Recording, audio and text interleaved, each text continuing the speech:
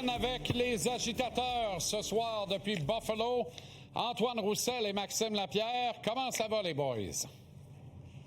Salut Jean-Charles! Salut JC! Je change de nom. On fait t'asseoir, les boys, hein? Oui, pas mal. Quoi, ça marche. Fait nos affaires, les trois. Oh, ça va bien, mon JC? T'es-tu correct? Oui. Ben, je vais pas pire.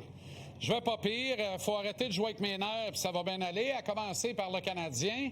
Vos impressions, là, presque 24 heures plus tard.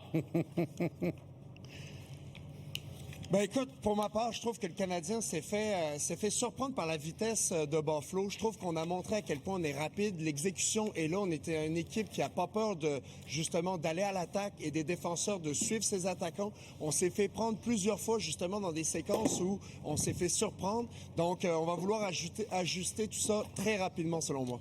On était figé, Jean-Charles, ça apparaissait. On est arrivé ici, puis c'était pas le même type de match qu'on jouait à Tampa Bay. À Tampa Bay, on jouait aux échecs. Ici, c'est un autre style de jeu. Faut que tu travailles pour tes chances de marquer, faut que tu patines, faut que tu acceptes de donner des enjambées de plus. Puis je pense que pour moi, c'est juste de changer mentalement un petit peu comment on avait organisé ça dans notre tête. Au match numéro 2, ça va changer. Par contre, il va falloir travailler, Jean-Charles, parce que moi, j'ai trouvé qu'on a joué un match de saison régulière contre une équipe qui joue un match de série. Ouais, t'as tellement raison. L'état d'esprit, il était pas au rendez-vous. C'était vraiment une fraction de seconde en retard, je trouvais, du côté du Canadien. Puis on a réécouté le match aujourd'hui, puis c'est comme si là, on n'initiait pas. On était réactif à la place de montrer ce qu'on devait faire. Donc c'est un ajustement à faire. Des fois aussi, ça arrive. Premier match d'une nouvelle série. On est sorti d'une série très émotive. L'ajustement se fait en quelques périodes, puis hier, ça a été 2 périodes de trop, parce qu'en 3e période, le Canadien a bien performé de tous fois. Je sais pas si vous allez être d'accord avec moi. Moi, je suis pas d'accord, Antoine. La 3e période, là, l'impression que tu regardes le chiffre des lancers, puis ça te met à brume dans les lunettes, juste assez, ma Ginette. Moi, j'ai pas trouvé qu'on a été si mordant que ça en 3e période. Par contre, à l'opposé, je trouve qu'on a commencé ce match-là avec une bonne intention. Puis rapidement, à 0-2, on a lâché. Et ça, je me l'explique pas. Je comprends pas comment on commence avec une bonne intention, puis à 0-2, on se dit ça va être trop compliqué, on se reprendra game 2. C'est vraiment l'impression que ça m'a donné. Je peux être dans le champ, là, mais c'est l'impression que ça m'a donné. Ben, c'est ton impression, c'est correct, mais pour ma part, je trouve qu'en 3e période, c'est clair que Buffalo ont arrêté d'initier, on a reculé pas mal, puis ça a laissé l'opportunité aux Canadiens d'avoir plus la rondelle, donc pas nécessairement plus de mordants, mais on avait beaucoup plus souvent la rondelle, puis on était capable d'avoir quelques chances ici et là. Maintenant, faut commencer à partir de la première période, et hier, là, c'est quelques bons malchanceux qui font en sorte que, oui, ça t'écrase. Tu perds 2-0, tu es en territoire hostile à Buffalo. C'est pas idéal. Est-ce que ton caractère est testé? Oui, mais ils ont eu des bonnes passes quand même sur cette période-là. Ben moi, je vais mettre fin au débat. Je suis d'accord avec vous deux. Je trouve qu'en 3e, c'était mieux. Puis je trouve qu'en première, on est sorti fort. Je pense qu'on s'est endormi un petit peu entre le milieu de première et le milieu de 2e. On a donné des opportunités. Puis je trouve que ça revient à ce qu'on discutait, Jean-Charles, en début de série. Les 4 défenseurs de Buffalo donnait toujours l'enjambée de plus pour battre les attaquants du Canadien. Puis on voyait souvent des 4 contre 2, des 4 contre 3. Puis ça, c'est aux joueurs du Canadien d'être plus robustes. C'était bien trop facile. Là. Hier, tu as 4 défenseurs vedettes. Ben oui. Va falloir commencer à les traiter comme des défenseurs vedettes puis les brasser un petit peu à un moment donné. Puis le fait d'avoir des joueurs qui reviennent aider leurs défenseurs, ça va être nécessaire et capital dans cette série-là. Parce que là, du côté de Buffalo, on a tellement des joueurs de talent qui sont capables, quand ils n'ont pas beaucoup d'espace, de générer de l'espace. Et ce que je veux dire par là, surtout en zone neutre, nos défenseurs ont un très bon gap. À un moment donné, une enjambée vers la gauche, un gars qui fonce au filet, puis tout d'un coup, on se retrouve avec de la place. Si t'as pas d'attaquants qui reviennent, qui mettent de la pression sur ces attaquants-là adverses, ben là, tes défenseurs vont être dans le trou, puis c'est là que tu vas concéder des jeux et probablement des opportunités de marquer. À la fin du match hier, vous avez lancé le concert et ça a trouvé écho partout aujourd'hui. Et jusqu'à notre rendez-vous là, de ce soir, Cole Caulfield est un fantôme, ni plus ni moins. Il n'y a pas d'autre façon de le dire. Ouais. Moi, ce que je comprends pas hier, et dites-moi ce que vous en pensez, j'avais l'impression que Martin Saint-Louis a dit, ce match-là, je me pose en observateur contemplatif et je m'entête à essayer de faire fonctionner mon premier trio. Je les laisse ensemble, quoi qu'il advienne. Suzuki a joué un bon match. Slav invisible. Caulfield encore plus invisible. Alors, est-ce que comment vous expliquez qu'on n'a apporté aucun ajustement du côté de Martin Saint-Louis dans le cours du match? Notamment, Bolduc sort de là, un des seuls qui frappait leur gros défenseur avec autorité, sort de là avec moins de 9 minutes.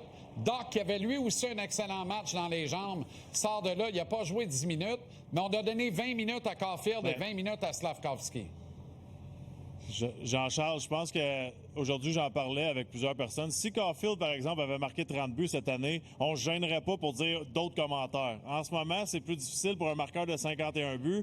C'est plus difficile pour l'entraîneur de ne pas essayer de l'engager un petit peu dans les séries. Là, c'est 8 matchs. Moi, je pense qu'on est rendu à l'étape de changer de premier trio. On fait rien à 5 contre 5, puis c'est Caulfield et Slavkovski. Puis Antoine, il a dit un bon commentaire hier. Je suis 50-50 là-dessus. Lui, il veut les séparer les trois. Moi, je séparais au moins Caulfield de ce trio-là. Caulfield avec Demidov. Puis là, avec ce qu'on voit depuis 3-4 matchs, ça serait Dak, Caulfield, Demidov. Puis ça serait Slavkovski, Suzuki avec un Texier, avec un Anderson ou avec un Bolduc. Je pense que comme ça, on viendrait balancer le top 6. Tu sais, Jean-Charles, on peut se dire ce qu'on veut. On peut essayer d'être gentil. On peut voir la game différemment. La réalité, c'est que les statistiques sont là. À 5 contre 5, le premier trio fait rien. Puis si le premier trio fait rien à 5 contre 5, tu voleras pas une autre série comme tu l'as fait comme Tampa Bay. Puis je veux pas dire voler parce qu'on a très bien joué, mais il reste qu'on n'a pas rien fait à 5 contre 5 contre Tampa Bay. Puis on a eu 9 lancés au match numéro 7 puis on l'a remporté. Donc si tu mets tous les 8 matchs ensemble, il est temps qu'il arrive de quoi? Ouais, la profondeur, elle peut pas tout faire non plus. Là. Elle a fait du très bon travail en première ronde. Maintenant, tu as besoin de tes gros canons qui se pointent le bout du nez. De l'autre côté, Darlene a été présent hier. Les meilleurs ont été présents. Il faut juste que ça s'améliore. Moi, je pense qu'une séparation sur 3 trios, ça pourrait être intéressant. Pourquoi? Parce que là, à ce moment-là, tu pourrais protéger peut-être un petit peu Caulfield, affronterait pas nécessairement la meilleure paire de défenseurs. Là, écoute, affronter des moins bons défenseurs avec plus d'espace, dans son cas, ça serait névralgique, ça serait nécessaire. Je trouve que des fois, quand il a la rondelle, il précipite certains jeux, alors que des fois, il pourrait la garder plus, pourrait patiner avec, contester et challenger la défensive adverse. Par contre, Jean-Charles, ça fait 3 heures qu'Antoine et moi, on est assis à côté, puis qu'on sort des clips de Caulfield. Il y a eu des séquences où tu vois qu'il essayait de s'en sortir hier. Pas si pire on les voit peut-être pas quand on regarde l'ensemble, mais il essayait de s'en sortir un petit peu. Non, mais c'était pas son pire match de toutes les séries. Là, non, hier, ça, vous avez raison, mais il n'y a pas de résultat. Puis moi, plutôt que de lui présenter ça comme une punition, je lui présenterais ça un peu comme tu l'as dit, Antoine. Je trouve ça brillant. Une façon de te relancer. Mais moi, la façon de le relancer, c'est Newhook, Texier, puis Caulfield, puis bingo. Parce que moi, je mets Slavkovski avec Anderson sur chaque côté de Suzuki, puis je garde Bolduc avec Doc et Demidov. Je suis curieux de voir ça, moi, Demidov, qui ralentit le jeu, trouve la poche d'air, repère Bolduc, utilise son lancer.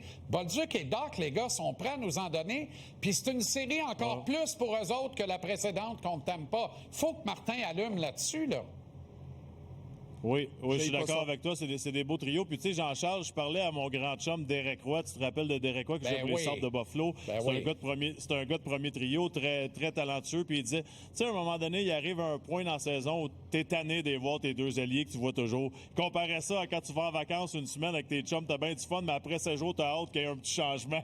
T'es tanné de les entendre. Puis, des fois, juste de passer 2 jours avec quelqu'un d'autre ou d'avoir un autre allié, ça rééquilibre. Il disait quelque chose de très bon. Il disait, tu sais, quand t'es ton trio puis t'es toujours habitué, tu parles des petits jeux, tout est préétabli. Il dit, quand quelqu'un d'autre arrive, c'est juste joue au hockey puis score.